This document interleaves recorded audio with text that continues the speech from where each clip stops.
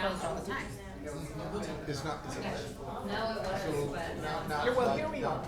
There you go. Here we are. Can you hear me? Okay, perfect. Oh, no. Good evening. Thank you so much for joining us tonight for our joint meeting of the Boards of Commissioners of Fresno Housing. I know we are. There's like an echo. Try that. Okay. Oh, nope, we're still getting it. How about now? Yeah. There we go. I just get to hear myself. Thank you. Good evening. Thank you for joining us. We're going to go ahead and call this meeting to order, and let's start off with our roll call. For the city board, Chair Jones, Here. Vice Chair Valencourt.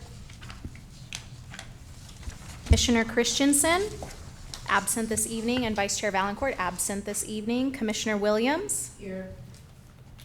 Commissioner Yanez, absent this evening. Commissioner Kelly, absent this evening. All right, we do not have a quorum for the city board. For the county board, Chair Catalano, absent this evening. Vice Chair Henry. Here. Commissioner Sablan, absent this evening so far. Commissioner Fuentes, absent this evening. Commissioner Gallagher. Here. Commissioner Ramos. Here. And we do not have a quorum for county board. So, Madam Chair, since we don't have a quorum for either board, obviously we can't take action. So what we discussed was that we are permitted to consider public comment in presentations, which is item number 3.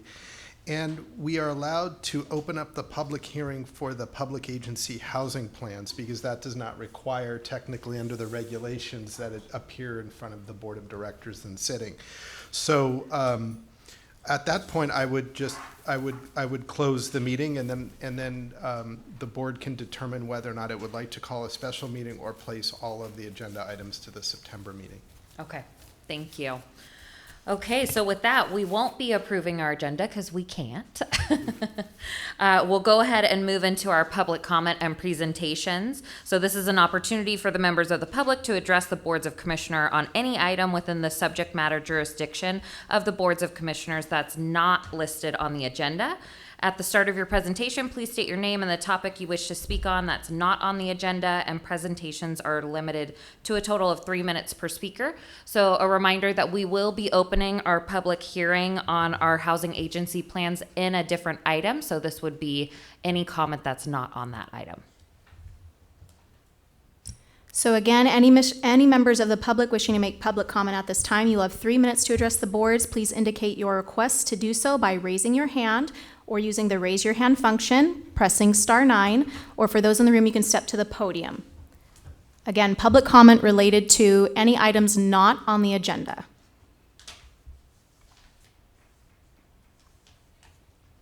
We have one hand raised.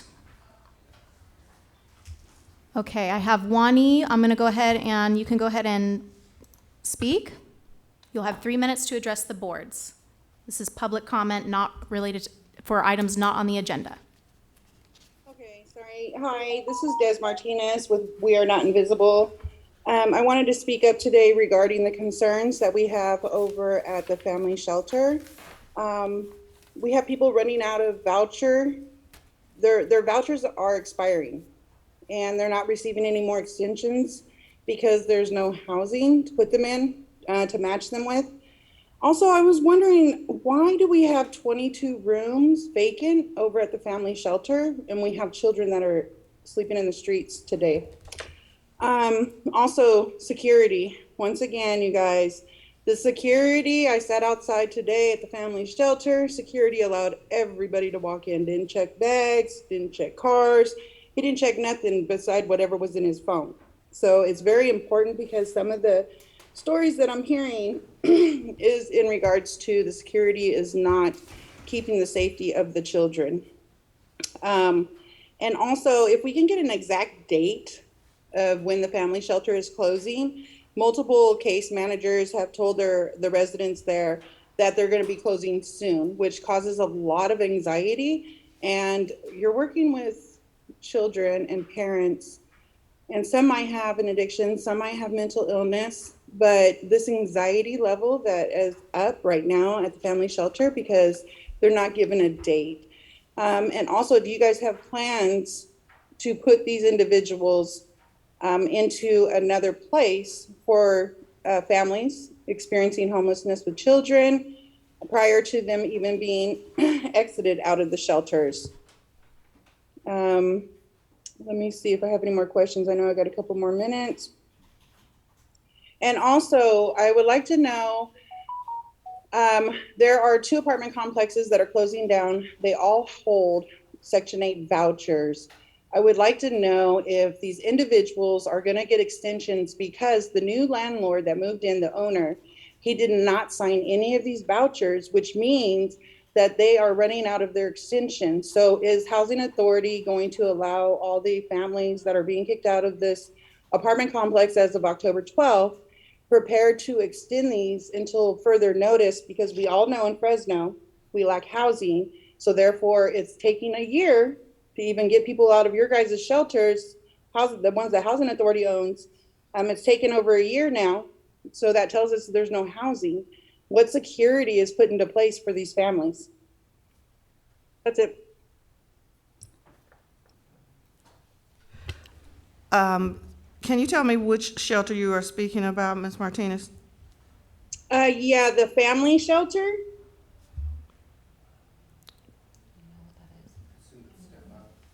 I'm sorry? The family shelter? Okay, okay. Is that step Is that up on the step 99? up on 99 property? Okay, okay, thank you. You're welcome.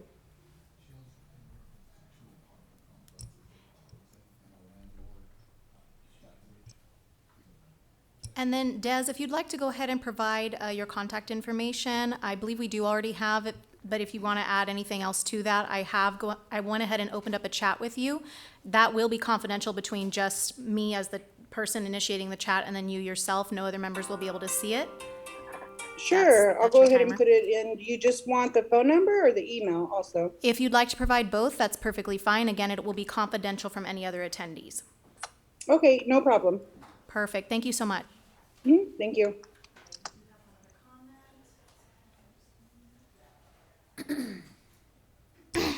All right, we have 2 other commenters in the chat section here. We have Scene Ramirez. You would be up next. I'll go ahead and allow you to talk now. 3 minutes to address the boards. Hi, can you hear me? Can you hear me? Yes. Yes.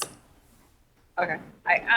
I'm actually a client. I am a client here at the Step on 99 shelter, and I was having difficulties last meeting to voice my concerns, which I've only unfortunately have to add to them. But in regards to case management, the handling of case management here, I just want to know what type of, I need help with these case managers to fully do what they promised upon my intake. My barrier right now, my only barrier right now is eviction. So I was told that they work with complexes or landlords and stuff like that to kind of help me with that barrier.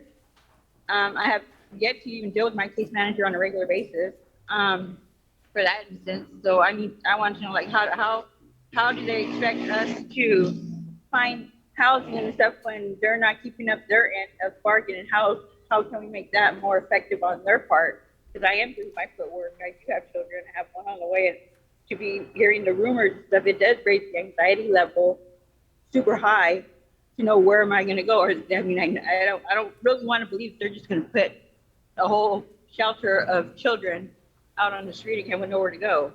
There's no like plan B or plan C or anything like that. In that instance, as far as security, it doesn't feel safe here for being a family shelter. They're not doing their job. They're staring at their cell phones the entire shift. You have one that hangs out in the office the majority of the day.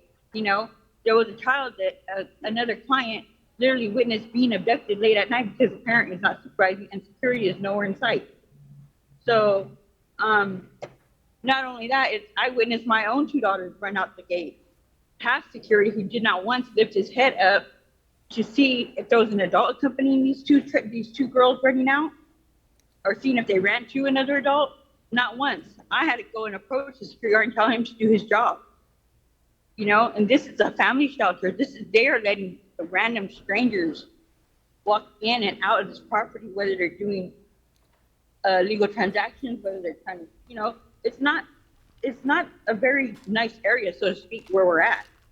And to have a family shelter here, which I'm grateful for, it's 4 walls and a roof over our heads.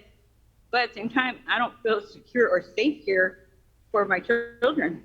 And I'm a parent that constantly all my children, whether we're outside or inside, you know, and to have them not be able to roam free and have that extra worry of my, you know, and concern, you know, it's not comfortable. How are we supposed to adapt or even feel safe to confront our case managers or the staff here when they're just not doing their job adequately like they should? I don't think they're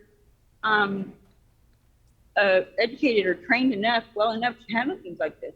And then we have male staffs at night, which kind of concerns me. I feel like there should be a woman staff member and a male staff member to handle both sides of the, you know, gender roles. If a female needs to talk to another female, she can have a female staff member on site at night. And we don't have that. So Okay. I'm just voicing it because, I mean, something's got to be said. I got a lot of parents here that are scared to speak up. But I witnessed my own kids run out without security, and I'm not going to have them be taken or anything like that because security wants to pay attention to their social media or whatnot on the phone. Ms. Ramirez Martinez, that does, you're at the 3-minute mark, but we have definitely heard your concerns, and we will be following up with you. I did go ahead, and I think I submitted a chat already to you. Do you already see it? Inviting you to provide your contact information confidentially to us. Yes. All right, if you would please put your contact information in there, a phone number or an email or both, that would be great. And then we can follow up with you tomorrow to see if someone can connect with you on that and hear your concerns from there. Okay. Thank you. Thank you.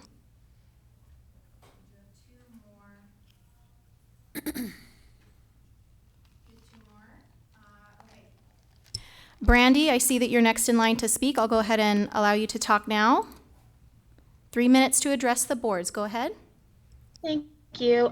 First of all, I want to stand in support in the same things that were mentioned with the last 2 speakers, that the needs of those that step up are met, especially regarding the closing, that be addressed, that not only are their housing needs met as far as ensuring that that they retain shelter and or permanent housing, but that the communications and process would be in a way that would not cause undue stress, which is kind of goes along with kind of a first major point I want to ask, which is that I saw some amazing things that that housing has been doing with last month's meeting with the safety, the meetings with safety regarding safety, as well as the resident advisory, the resident, and I would like to see that very much in the shelters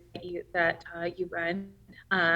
These 4 step up and journey and whatnot, because I believe that you can have a more successful shelter when you're hearing directly from the people, when they regularly have a chance to be able to have a voice and be able to speak up. Because at the special meeting quite a while ago, one of our advocates mentioned that a lot of people are mentioning a lack of sufficient resources and case management to be able to be housing ready to get the things that they need as far as identification and whatnot. And in response, I believe a member of FMCOC responded with that saying that they are provided enough. And I believe that can be addressed, as you heard with the last person, by hearing more directly from the people are there about what things need to be improved, what is lacking, what is a strength. And so I want to ask that this housing authority look carefully into more opportunities for an opportunity for the people at these shelters to be able to meet, to talk, to voice concerns with the housing board representatives, and get their needs met. Another thing that was recently mentioned was things that were that would be a huge need is things like Wi-Fi and having computer rooms. We want people to be able to be successful, to be able to go on to get jobs if they don't already have one, to be able to get housing, to be able to get the resources they need. And we all know a lot of that is online. And I know that a lot of it is the Wi-Fi is very limited to maybe near the office or whatnot. Brandy, you have about 30 And seconds left, just so you know. how many seconds? Just about 30 seconds left. Okay, I don't want to take up asking that question.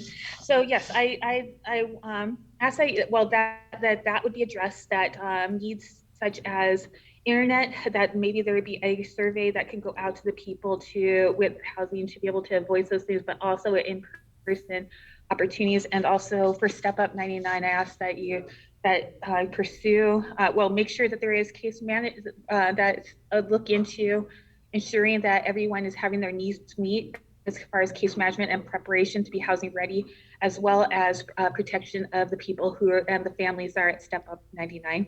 Thank you very much. Thank you.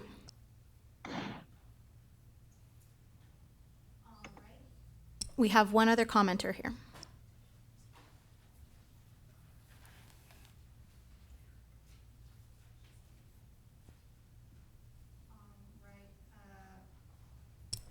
All right, it looks like the hand was lowered.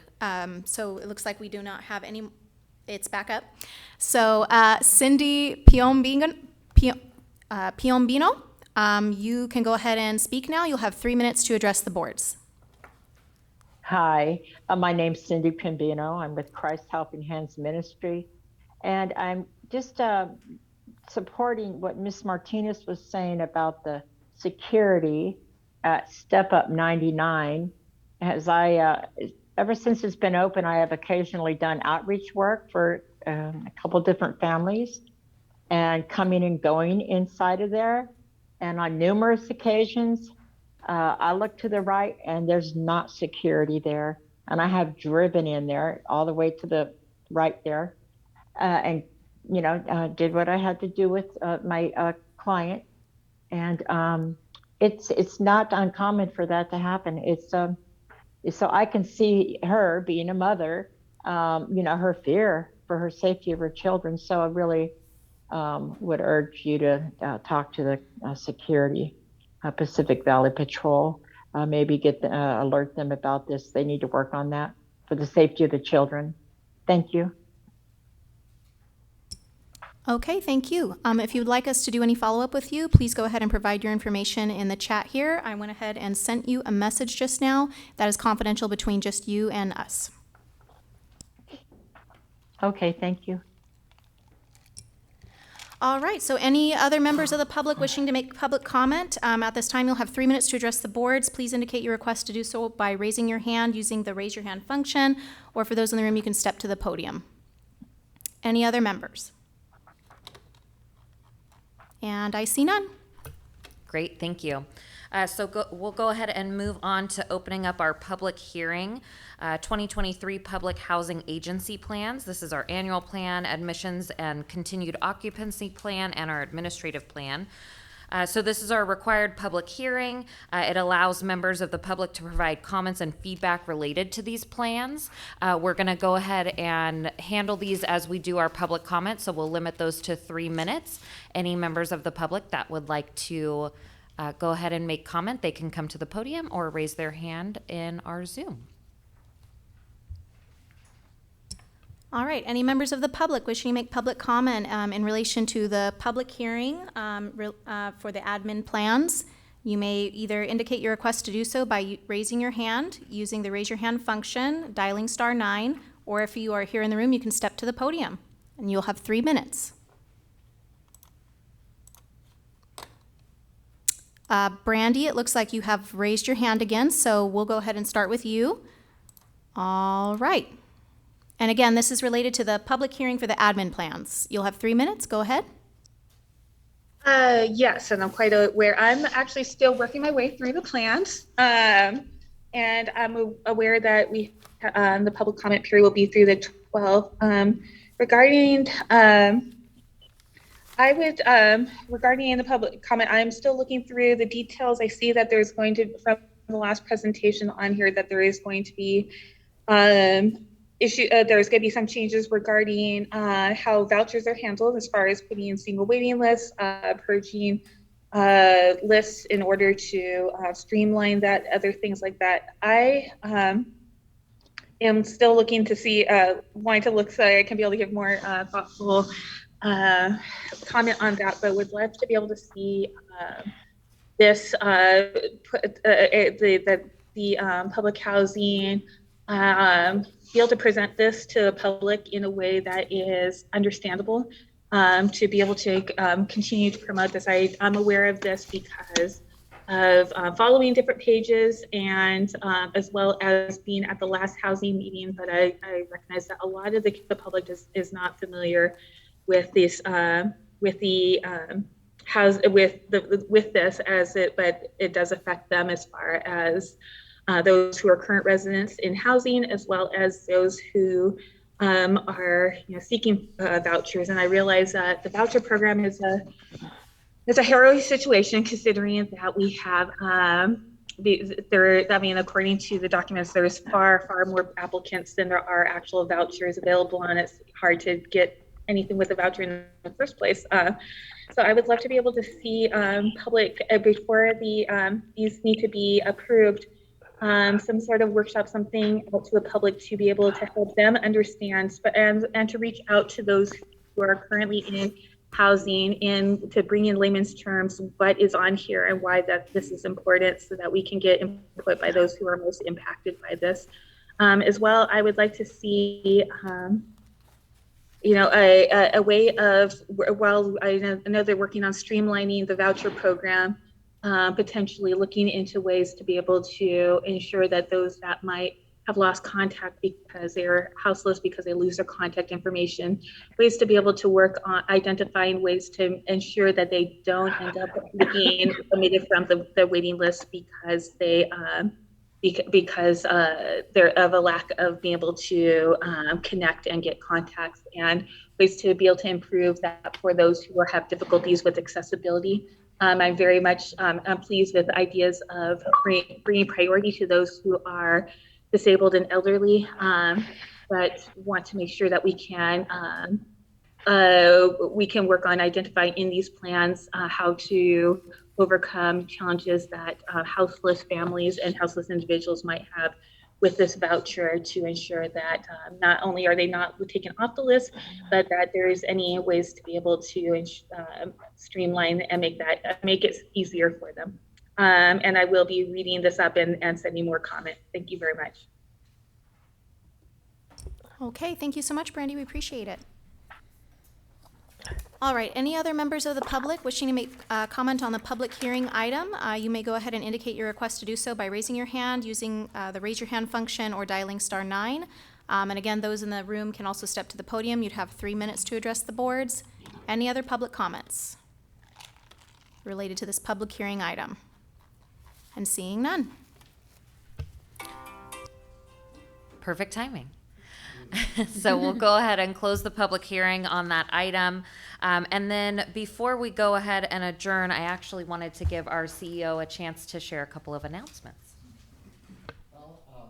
Well, one is that on Thursday we have groundbreaking. Sun Lodge is going to go under construction and arise as a new affordable housing development. And we welcome all of you all to participate. I know that we've sent out information, but we'll send out some more tomorrow to make sure that if you have time and can attend, we welcome your attendance. This is an unusual kind of circumstance based on our traditional board agenda. At our next meeting, I would like, there have been a number of promotions, and I want to be able to do that in a forum that it really gives them the adoration that they deserve. So I'm going to hold off on the promotions. But we do have one of our team members who is has been bitten by that entrepreneurial spirit. And Bobby Coulter, who is over our innovation and technology department, will be completing his term with us at the end of this month to move into some personal pursuits. So I'm going to just give him, as I have others who have transitioned, an opportunity to come before and say any words if he would like. If not, there's no pressure, and he's indicating that he would not. Okay. But I would say it's been a joy working with Bobby, and he's not going far. We're keeping his number, but the work that he's been able to do to move our agency forward through Yardy and through all of our COVID transitions and figuring out how to keep this agency afloat and functioning during unprecedented times is just noteworthy, and we are so appreciative. We could not have functioned in the way that we did without not only he, but his ability to lead his team. And so speaking of his team, he's leaving us in great hands. And Edgar is going to be taking over the IT operations, and the rest of our team members will continue to work as they have been. So I just want to acknowledge that and say thank you for all that you have done for not only this agency, but all of the residents who've been able to stay connected through COVID. We are grateful, sir. Thank you.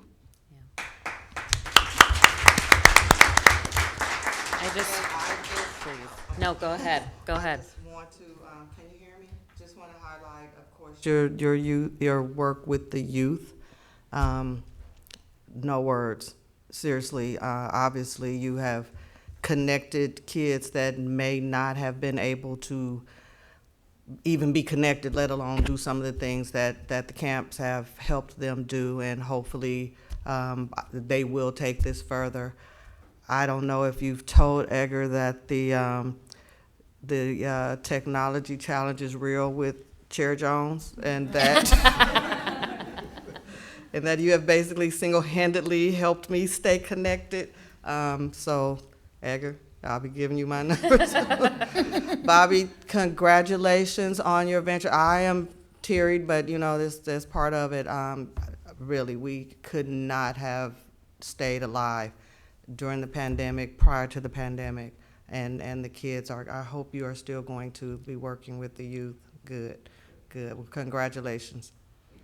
I was going to say the exact same thing, especially about our youth. I know that you have been instrumental in making sure that our kids have had increased access to really understanding technology, using it, being innovative with it, and seeing it as something that's within their wheelhouse. And that's incredibly important for our kids. So thank you for that. And I've seen you grow over the years that I've been here. I'm so sad to see you go, and I'm so happy for you to go into the entrepreneurial world, because it is wonderful. And congrats to you as well, Edgar. That concludes. Anything else? Yes. All right. So this is obviously not a normal meeting, but thank you all so much for being here, and thank you for those who provided public comment tonight. And we'll be in touch as far as if our items are going to be moved to the next meeting or if we'll have to schedule a special meeting. Thank you all. Thank you.